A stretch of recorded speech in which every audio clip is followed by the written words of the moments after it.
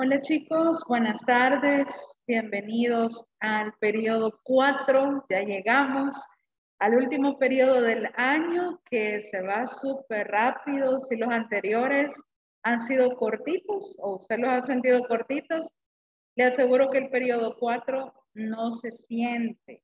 Prácticamente son 6 semanas de clase porque tenemos por ahí algunos días de asueto por fiestas cívicas. Si usted ya vio el calendario escolar, ya vio que lo que le estoy diciendo es cierto. Entonces, por ahí le restamos algunos días al periodo 4. Entonces, eso quiere decir que se nos va a cortar un poco. Es necesario, sumamente necesario, que en este último periodo cumplamos con las tareas en la fecha establecida. Yo sé que a veces, lamentablemente, hay problemas de salud, por ejemplo, o tenemos problemas de conexión. Y por eso no podemos ingresar, por ejemplo, a la plataforma, hacer un laboratorio, o no puedo enviar una tarea, por ejemplo. Yo sé, todos los maestros estamos conscientes de eso, pero lo que tenemos que hacer es avisar oportunamente, no dejar que pase mucho tiempo, porque precisamente es lo que no tenemos tiempo. Por ejemplo, acaban de terminar los exámenes del periodo 3 y algunos compañeros no habían hecho algunas evaluaciones, no habían entregado tareas. Lo estoy diciendo de forma general, ¿verdad? No precisamente en esta sección, sino en forma general y para darle el ejemplo.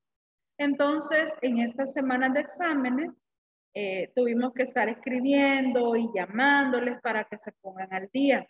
Eso no puede pasar en el periodo 4, porque no tenemos tiempo. Nosotros terminamos clases y el último día de clases ya deben estar las tareas hechas, calificadas y las notas ingresadas, ¿verdad? Eso ya depende de los maestros. ¿Qué depende de ustedes?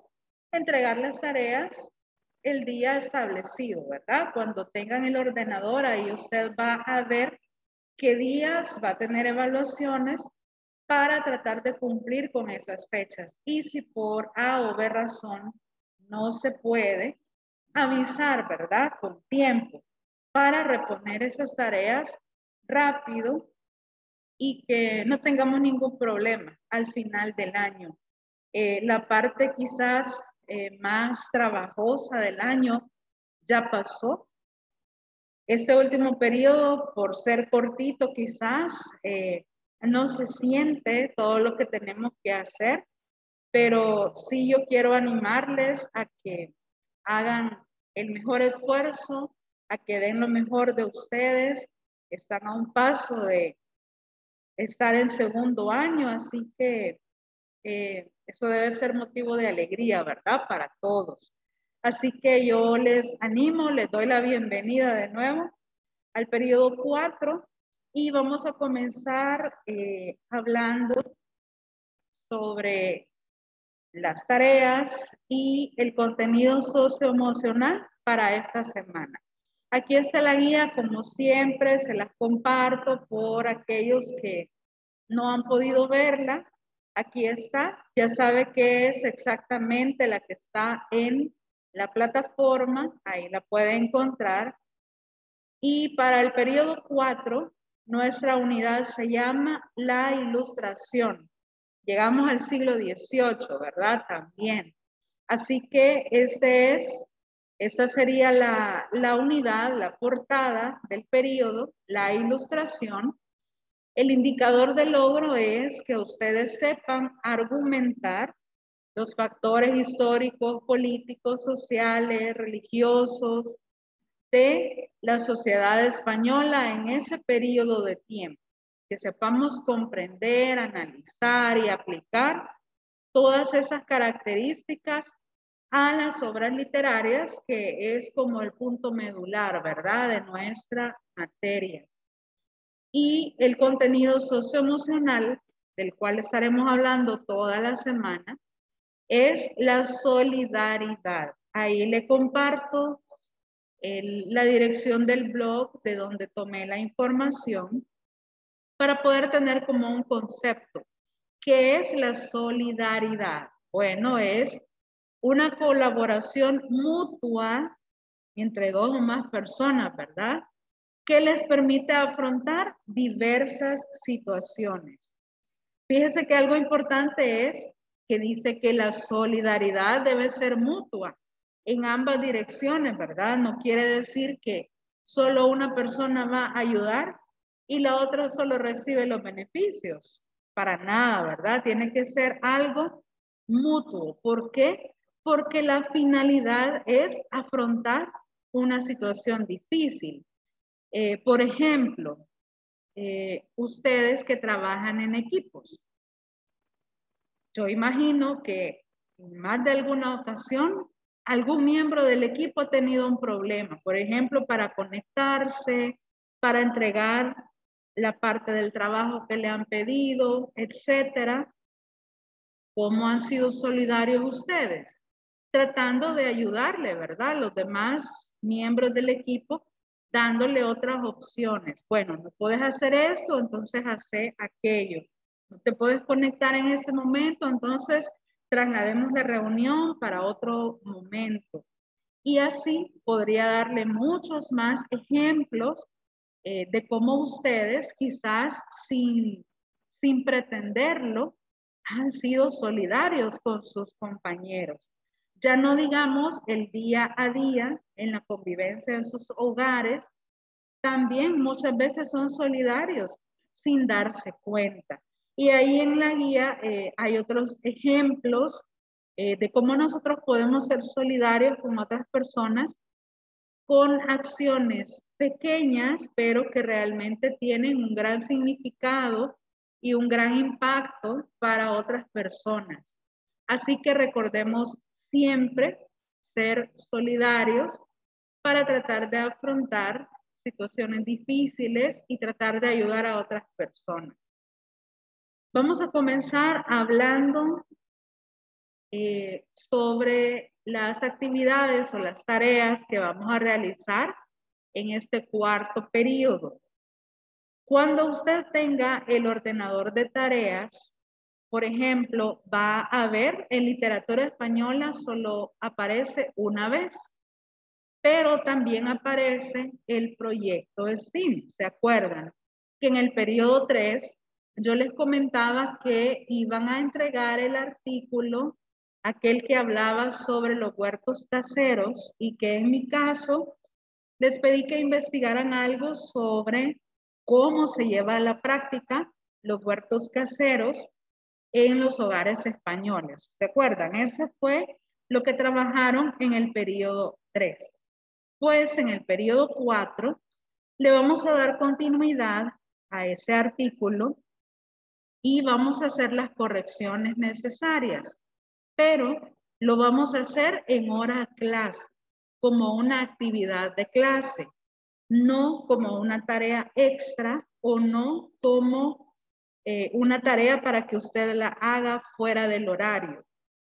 Digamos que la parte más fuerte, que era crear el artículo, ya se hizo en el periodo 3. Ahora en el periodo 4 solo lo vamos a perfeccionar. ¿Y cómo lo vamos a hacer? Pretendo que sea la próxima semana.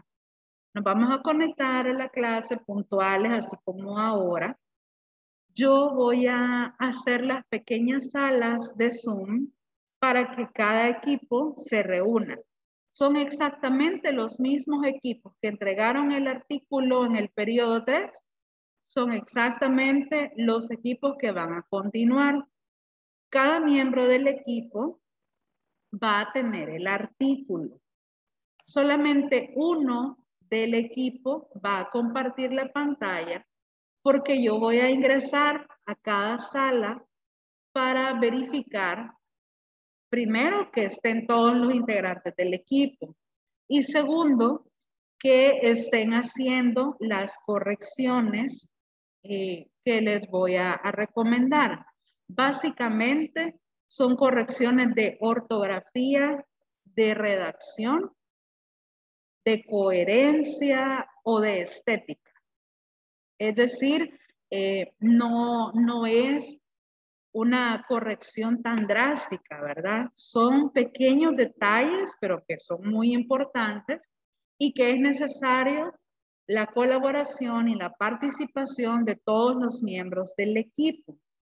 Entonces, cuando estén reunidos en las pequeñas salas de Zoom, todo el mundo con el artículo, van a ir haciendo la lectura del artículo y ahí van a poder darse cuenta. Aquí nos falta una tilde, aquí nos falta una coma, aquí estábamos hablando en plural y nos pasamos a singular, por ejemplo, y todo ese tipo de cosas que son muy importantes para el aspecto del artículo. También recuerde que si es un artículo que va redactado en columnas, esas columnas deben estar justificadas. El texto no debe ir en extensión desigual en las líneas, sino que todo tiene que estar justificado. Entonces, básicamente, esas son las correcciones que vamos a hacer. Pero repito, lo vamos a hacer en hora clase porque yo tengo que ingresar a cada equipo para constatar que todos están ahí y que están haciendo las correcciones. Eso es lo primero que vamos a hacer en hora clase. Segundo, se van a poner de acuerdo el mismo equipo para decidir quién o quiénes, como ustedes gusten, van a compartirnos en 5 minutos su artículo. 1, 2, 3 o los 5 del equipo, como ustedes lo decidan, van a tener 5 minutos para mostrarnos su artículo y decirnos de qué habla.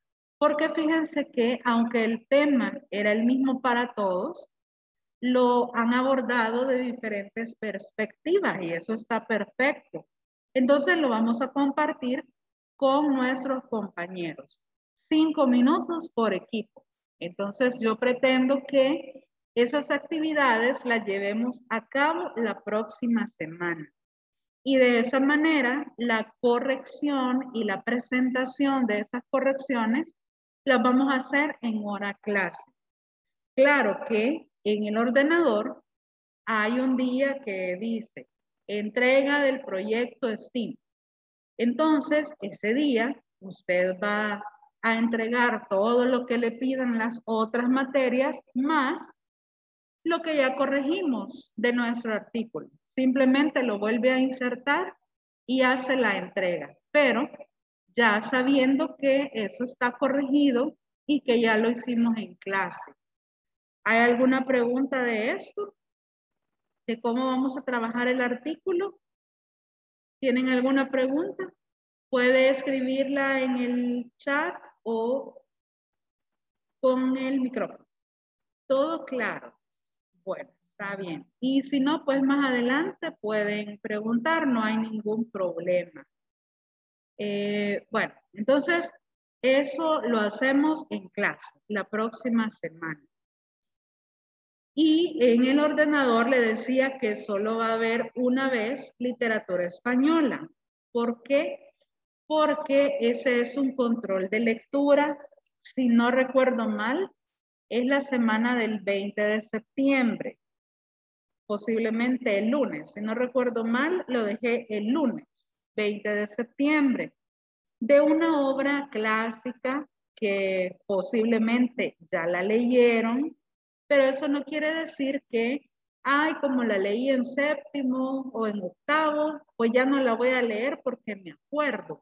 No, ¿verdad? Sino que vamos a aprovechar que es una obra de extensión corta y la vamos a leer de nuevo.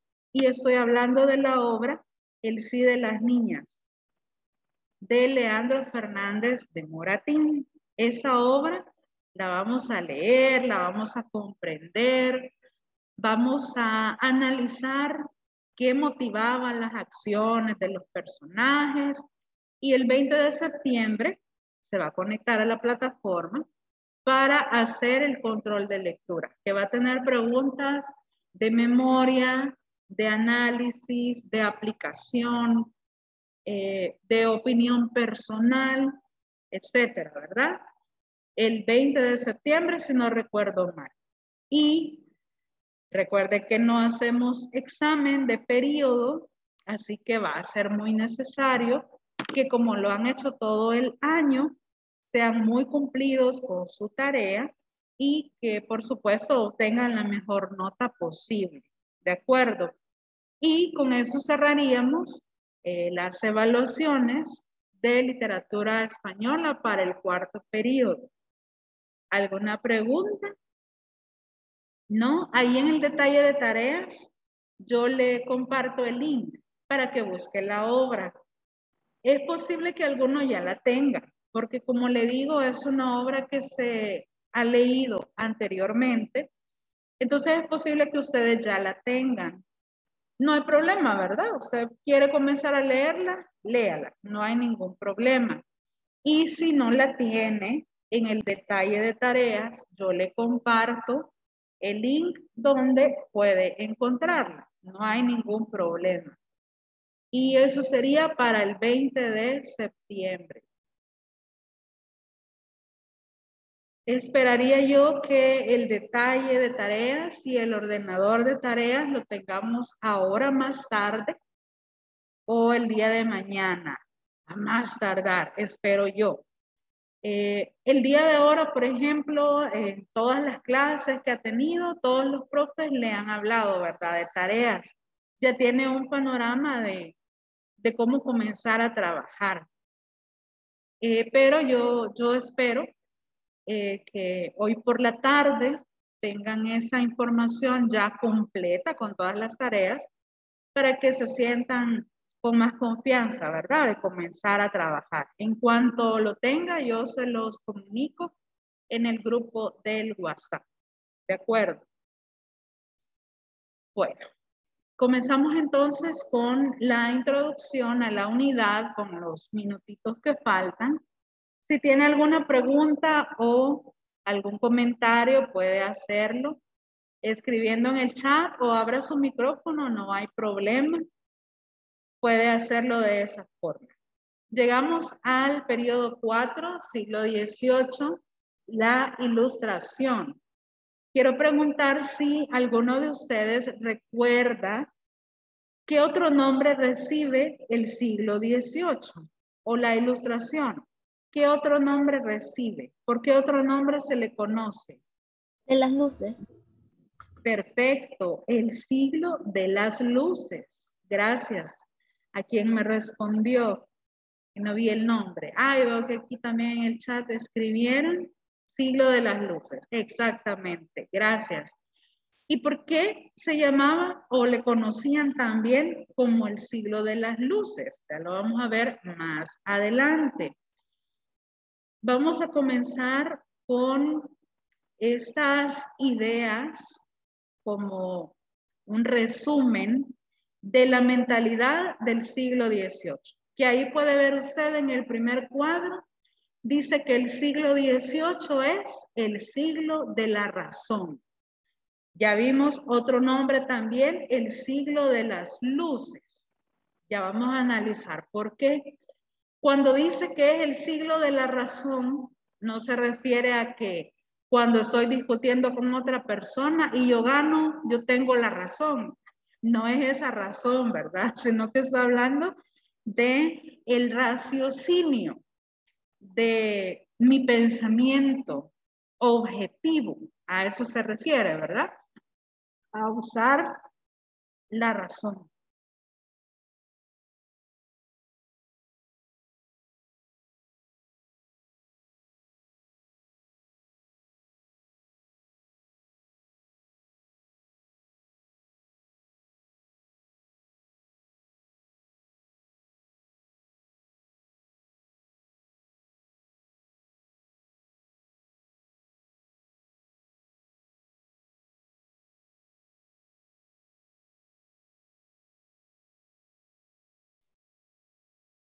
Y tenemos entonces en el siglo de la razón o el siglo de las luces estas ideas. Primero, aparición de nuevas ideas, no el partido político, ¿verdad?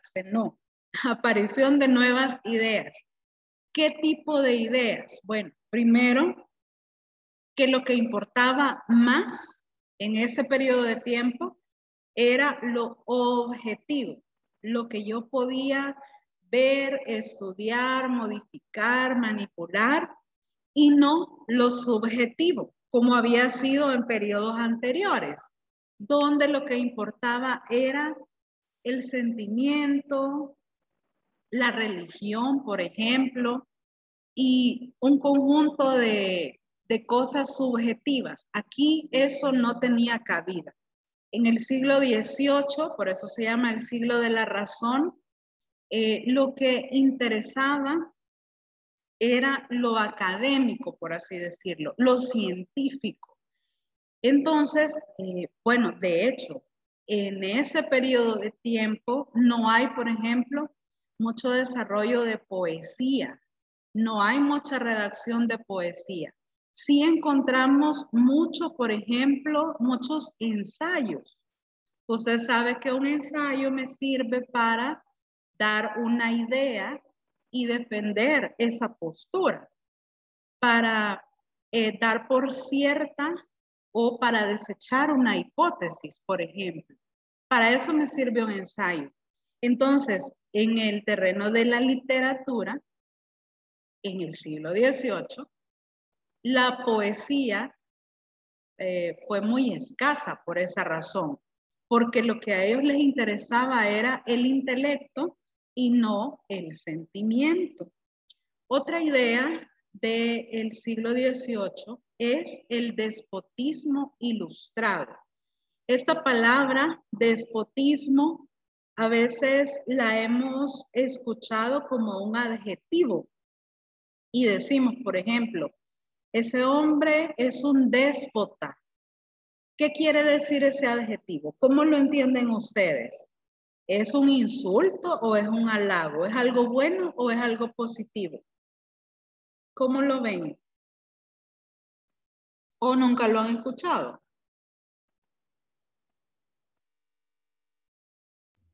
Yo sí lo he escuchado, o sea, lo he leído como en libros y para mí que es un insulto, es algo bastante negativo que se lo digan a alguien. Ok, muy bien. Sí, de hecho es algo negativo, porque una persona déspota es alguien que se impone, que quiere que se haga su voluntad y lo impone por la fuerza. Bueno, desde el momento que decimos que me estoy imponiendo, no lo estoy diciendo de una manera positiva, ¿verdad? Ah, bueno, aquí estoy leyendo en el chat. Sí, es algo negativo, es un defecto, digamos, ser déspota, porque quiero que todos hagan lo que yo digo, sin importarme lo que ellos quieran. Y el despotismo ilustrado tiene una frase en el siglo XVIII. Era todo para el pueblo, pero sin el pueblo. La frase del despotismo. Todo para el pueblo, pero sin el pueblo. ¿Eso qué quiere decir? Tenía una parte buena, fíjense. La primera parte era buena. Todo para el pueblo. Ah, ¿por qué? Porque los gobernantes de aquel entonces querían educar a la población, querían desarrollar su intelecto, querían culturizarlo, y eso está muy bien, ¿verdad? Creo yo que está bien. ¿Cuál era la parte negativa? La segunda frase del lema, porque dice, pero sin el pueblo. ¿Eso qué quiere decir? Aparentemente no tiene sentido, ¿verdad? Todo para el pueblo, pero sin el pueblo. Bueno, la segunda frase, pero sin el pueblo, quiere decir que no importaba si las personas estaban interesadas o no en aprender aspectos académicos, aspectos científicos. Eso no interesaba. tenían que hacerlo porque era como el mandato, digamos, era lo que se había impuesto. Entonces tenían que hacerlo, les gustara o no les gustara. Le voy a dar un ejemplo como para que comprendamos mejor esta frase. Es algo así como el colegio. Vaya, ustedes llevan ¿cuántas materias? 16, 15, 15 o 16 por ahí. Y tiene que cursarlas todas, ¿verdad? En todas tiene que sacarse por lo menos una nota de 6 para poder aprobar.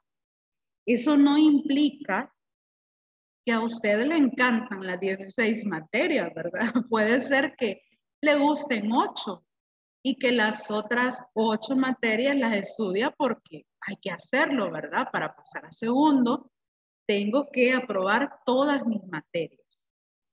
Algo así es la idea del despotismo ilustrado. Claro que aquí, ¿verdad? Usted lo hace con su propia voluntad, viendo el esfuerzo de los papás y que al final es un bien para usted, ¿verdad? No es algo impuesto a la fuerza.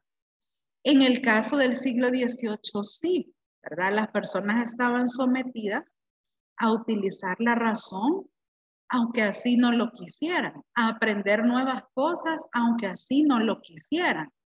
A los gobernantes que llevaban a cabo esta idea no les interesaba, ¿verdad? Lo que el pueblo opinara o sintiera, sino que el pueblo iba a hacer lo que ellos ordenaran.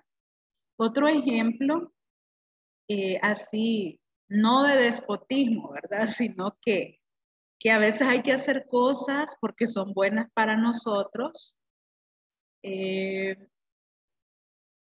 aquí estoy leyendo el chat. Dice, es como un deber sin razón de uno mismo, quizás. Ajá, sí, esa es la idea, ¿verdad? Tengo que hacerlo aunque a mí no me guste.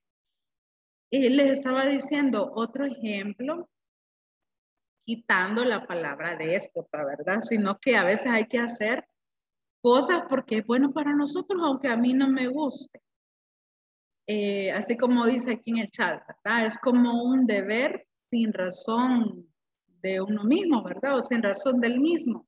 Por ejemplo, cuando estamos pequeños y nuestros papás quieren que comamos verduras.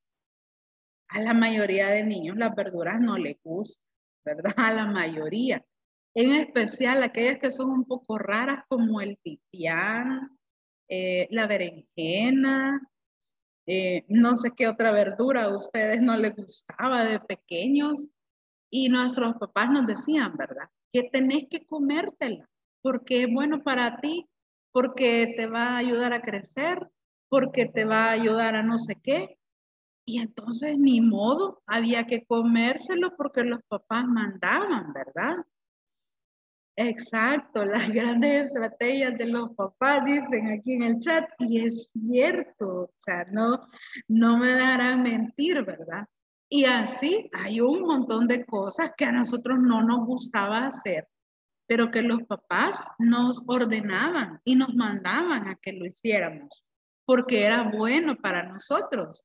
Y quizás nosotros hasta llorábamos y hacíamos berrinche y no queríamos, pero al final terminábamos haciéndolo, no teníamos otra opción. Entonces, esa idea, solo que multiplicada por 1000, ¿verdad? En el aspecto coercitivo o de la fuerza, era el despotismo ilustrado en el siglo XVIII.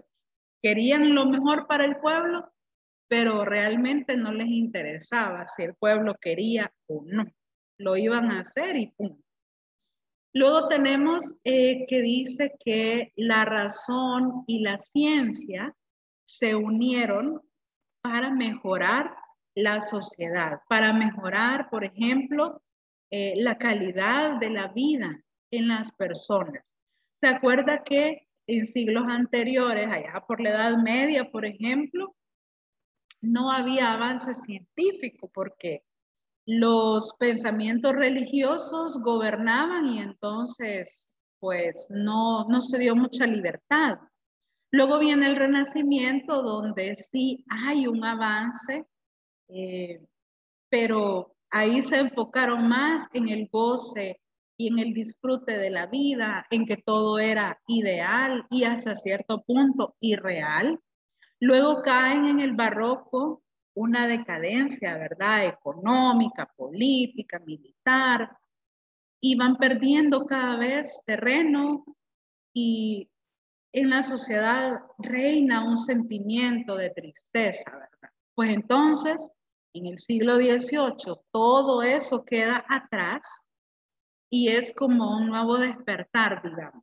Abrir los ojos a la realidad y tratar de mejorar la vida de las personas en la sociedad a través de la razón, un pensamiento práctico y a través de la ciencia. Creo que ustedes han estudiado en otras materias como en sociales o en ciencias también, que este fue un periodo de muchos descubrimientos científicos y de muchos inventos científicos, que no es lo mismo, ¿verdad? Descubrir algo o inventar algo no es lo mismo. Y ustedes sabrán que efectivamente la calidad de la vida de las personas en la sociedad mejoró a partir de esos descubrimientos o de esos avances científicos. Una sociedad jerárquica y desigual. Existía en el siglo XVIII y en nuestro siglo, ¿creen ustedes que todavía es así o ya vivimos en una sociedad equilibrada y equitativa? Pregunto. No, ¿verdad? Creo que no. En aquel entonces todavía existía la corona, existía el reinado, la monarquía, se le rendía tributo, etcétera. Una sociedad totalmente desigual, donde los ricos cada vez eran más ricos y los pobres cada vez más pobres, sin oportunidades, etcétera. 4 siglos después, algunas cosas han cambiado. Hay países, por ejemplo, que todavía tienen monarquía, pero es más que todo estética, digamos. Y aquí en el chat me están contestando que no, hay poca igualdad y domina la burocracia. Exactamente. Ahora es política, ¿verdad? Eso es lo que domina ahora. Y en algunos países también la monarquía es más política que otra cosa. Y también hasta me atrevería a decir es como un atractivo, ¿verdad? Para esos países. Ya no tienen, digamos, el poder de decisión como pudo ser en el siglo XVII, XVIII, XVI, ahora es distinto. Pero lo que sí es verdad y creo que nadie puede negar, así como me han contestado en el chat, que todavía vivimos en una sociedad desigual. Hay personas que no trabajan realmente, ahí van pasando los días, ¿verdad? Y reciben unos salarios exorbitantes.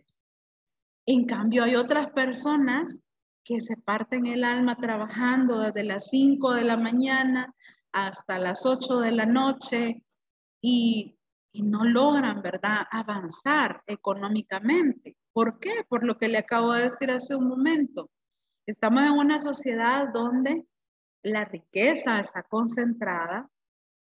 Por mucho que los demás trabajemos y hagamos, nunca vamos a lograr, ¿verdad?, alcanzar a estas personas que traen riquezas acumuladas de años atrás. Y ahí podríamos hablar otras cuestiones, ¿verdad?, de política, digamos, para estudios sociales. Está bien hablar sobre esto, que nunca, creo yo, ¿verdad?, lastimosamente, nunca va a dejar de ser así. La sociedad siempre va a ser desigual. El rico cada vez más rico y el pobre cada vez más oprimido, ¿verdad? Y más sumergido en esa situación. Así que creo que esta idea no es algo que se limita al siglo XVIII, sino que lastimosamente continuamos, ¿verdad?, en ese tipo de sociedad. En el siglo XVIII hay una hegemonía francesa en Europa. Recuerda que hegemonía quiere decir quién tiene el poder o quién tiene el dominio. España lo perdió en el siglo XVII, allá en el Barroco, y entonces en este periodo de tiempo es Francia quien va a la cabeza, digamos. Y por esa razón, España imita muchas cosas de Francia. Francia es como el modelo a seguir. Por ejemplo, al español se incluyeron muchas palabras provenientes del francés. ¿Alguien recuerda qué nombre reciben esas palabras que vienen del francés? ¿Se acuerdan? ¿No? Se llaman galicismos. Las palabras que vienen del francés se llaman galicismos y que más adelante en otra clase vamos a ver ese tipo de palabras que quizás nosotros pensamos que vienen del inglés, que serían anglicismos, ¿verdad? Esas son las palabras que vienen del inglés, anglicismos. Y quizás pensemos así, pero realmente provienen de Francia y se han quedado con nosotros hasta el día de hoy, ¿verdad? Así que eso lo vamos a ver más adelante. Y España en el siglo XVIII comienza a imitar actitudes, formas de divertirse, formas de vestir, formas de hablar de la sociedad francesa, porque es como la potencia en aquel momento. Y por ahora nos vamos a quedar hasta acá, solo íbamos haciendo la introducción el día viernes. Terminamos de desarrollar la guía. No sé si tienen alguna pregunta, ya sea del contenido o de lo que hablé al inicio de las tareas.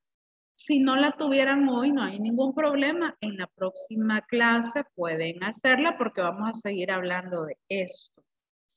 No, señor, todo claro. Gracias. Ahí en el chat están escribiendo. Bueno, como les decía, puede ser el viernes, no hay ningún problema.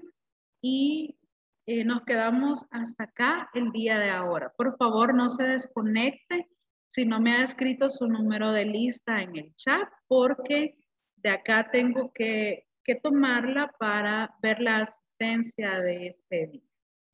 Nos quedamos hasta acá. Gracias, feliz tarde para usted también. Isela, gracias a los que me están escribiendo su número de lista también. Una vez haya escrito su número, puede desconectarse y nos escuchamos el próximo viernes en la segunda clase de literatura. Cuídense mucho, chicos. Tengan una feliz tarde. Hasta pronto.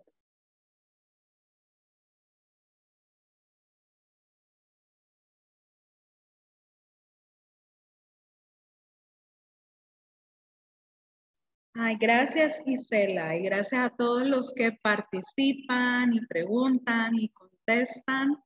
De verdad, muchas gracias. De eso se trata, de que participemos, ¿verdad? Comentar, preguntar, eso es excelente. Así que gracias, Isela, y a todos los que participaron el día de hoy.